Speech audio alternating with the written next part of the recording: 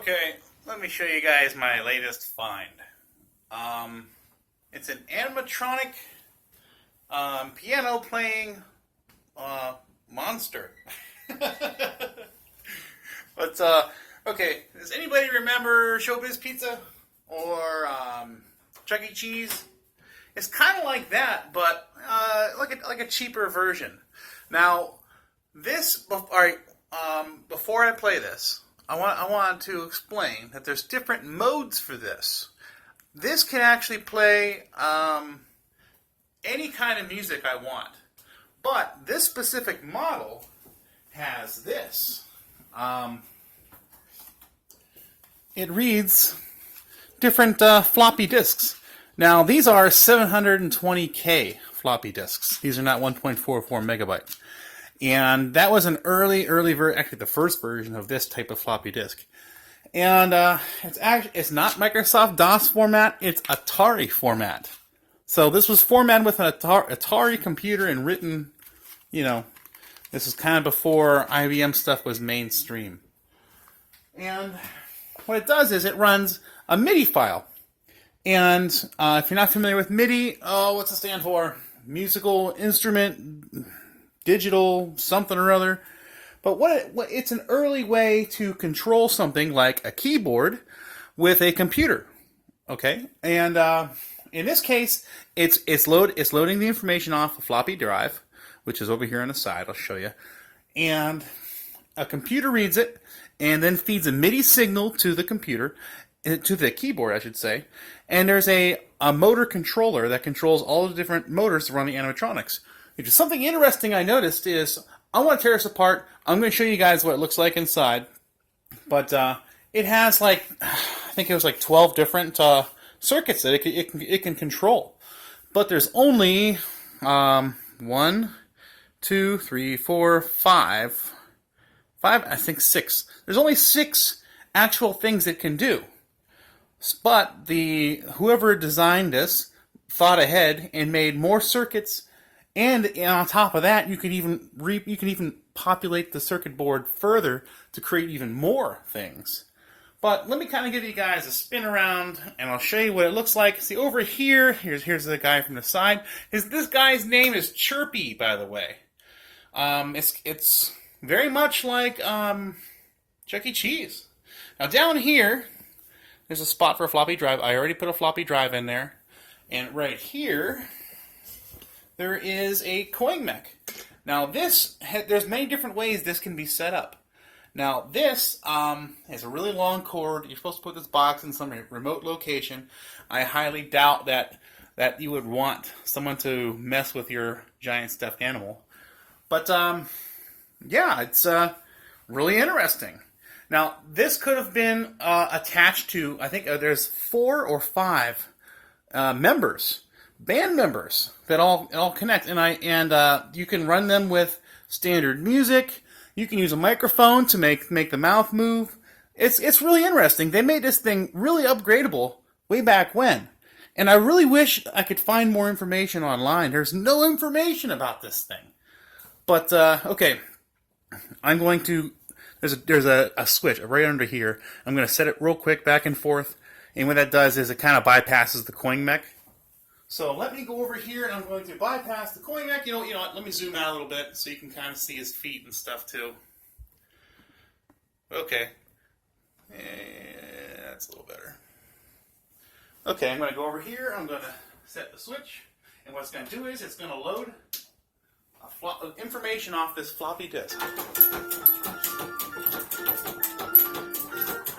Now, you're listening to a MIDI file being played on a keyboard, but this can play all kinds of different things.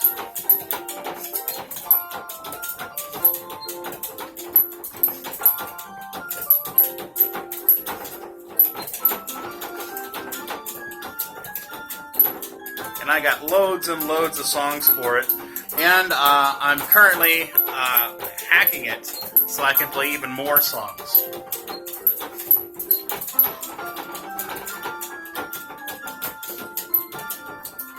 I think this would be kind of cool if it played the Piano Man song.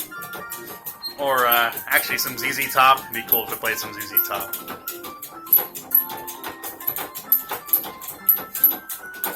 Oh, also, I found some MIDI files online, and one of them I'm going to make this play is Mario Brothers theme.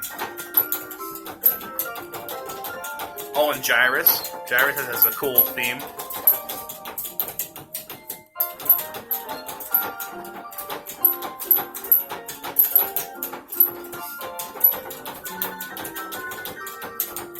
Oh, and it's actually a real keyboard.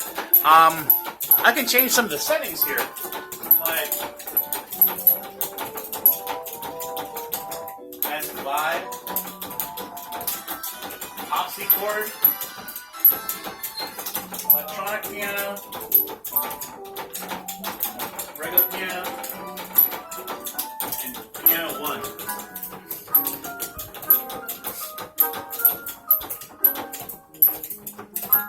Now, the animatronics are kind of wonky, I guess you could say, but there actually is some rhyme to the reason.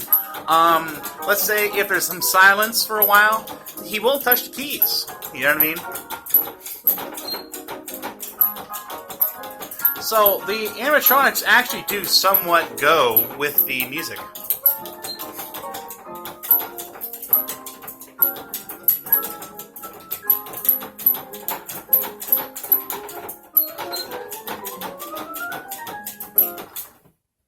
Okay, alright, let's show you guys, I want to show you guys what the insides look like. I think it's ahead of its time. You know what, I think I could have done this myself in a simpler way, but they went through a complicated method to do something kind of simple, in my opinion. I guess this is the 80s. As far as I can tell, I can't find much information about this online. As far as I can tell, it's about 85. But let me pause this. I'm going to tear it apart, and I'm going to show you guys what it looks like inside. Okay, I basically just took the keyboard off. And let me kind of explain what some of this stuff does. Right here is an FM receiver, a VHF FM receiver. And there's a sticker on there that says Channel 2. Now what you could have done is, what this does is it will pick up a signal. And that signal will only run the mouth. That's all it runs, okay? And what it does is it goes into, there's a little comparator down here, and basically just turns on one of these transistors in this bank here. And that transistor will control the mouth, okay? Now the mouth is only controlled by audio signals, okay? But the interesting thing here is, inside here there's a floppy drive. You can see it right there. And it runs a simple little computer, which is actually, I think, very complex for the day. This is a Motorola 6800. It's running a Motorola 6800, and it's got some 27128 EEPROMs here and here, and this is probably memory here and here. And they make this upgradable. There's a dip switch where I can put, I can quadruple the RAM on this thing. There's an and this is your ribbon cable that goes to all your transistors. That is powering all the different solenoids and motors and so forth on this machine. And this is kind of dirty. I just got this thing. I'm going to clean it all up, just so I can say that at least. But also, what this computer does is it'll read the data off the floppy drive, and it converts it to MIDI out.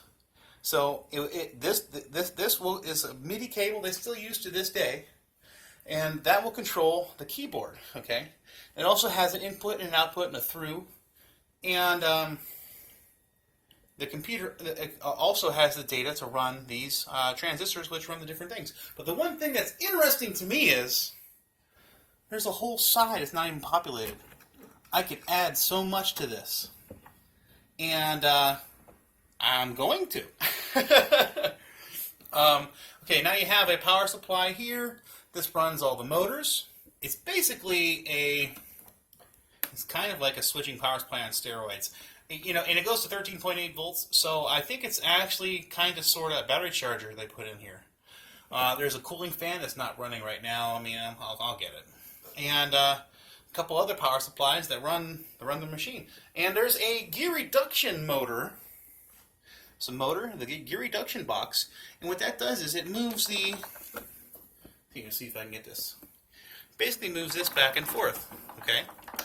And right here is little motors, actually I believe it's a solenoid, that kicks the hands. So that's how it looks like it's playing the piano. But it's interesting, but I'm going to tell you something that I think is cool. It may sound crazy to you guys. It may sound nuts, but I'm going to build him a buddy. And I just came from the store, and I wasted $120 on random crap. And I'm going to make another robot that's controlled by this, and he's going to be his own little band member.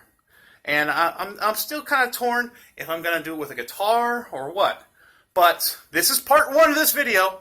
I want you to tune in to part 2, where we're going to start. Actually, I'm going to do it in 15 minutes. We're going to start building an animatronic buddy. But yeah, that's I don't know. It may be kind of boring to you guys, but I think it's very interesting.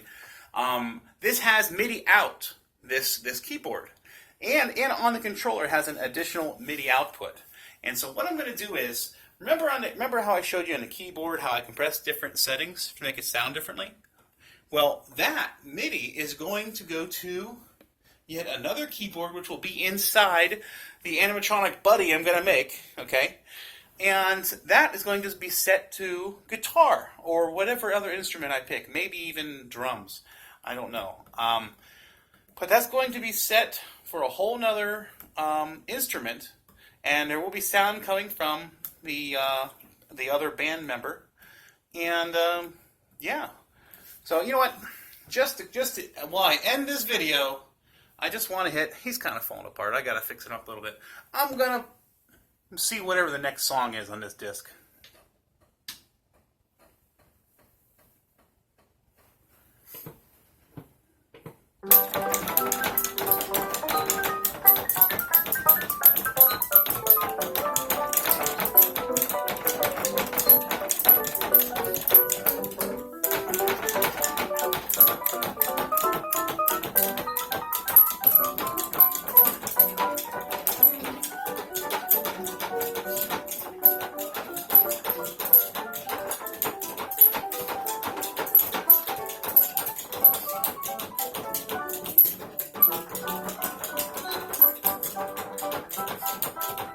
But yeah, all these MIDI files I'm going to change. I'm going to put my own stuff on here.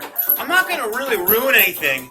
I'm actually just going to fill in some of the unpopulated parts on the circuit board.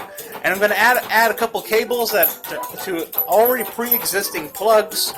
And, and I'm going to write new discs. So I will not actually hurt any of the originality of this machine. I'm actually going to upgrade it as they intended, and to run a secondary guy. And remember, this has already currently installed. It has 12 outputs, and I'm only using 6. You're looking at. So I mean, man, I could not upgrade this and drive another guy just like this, as long as it's in the program. So we're going to get into the programming later. But, well, that's it, guys. Check out video number 2, where we're going to build an animatronic buddy. Oh, subscribe.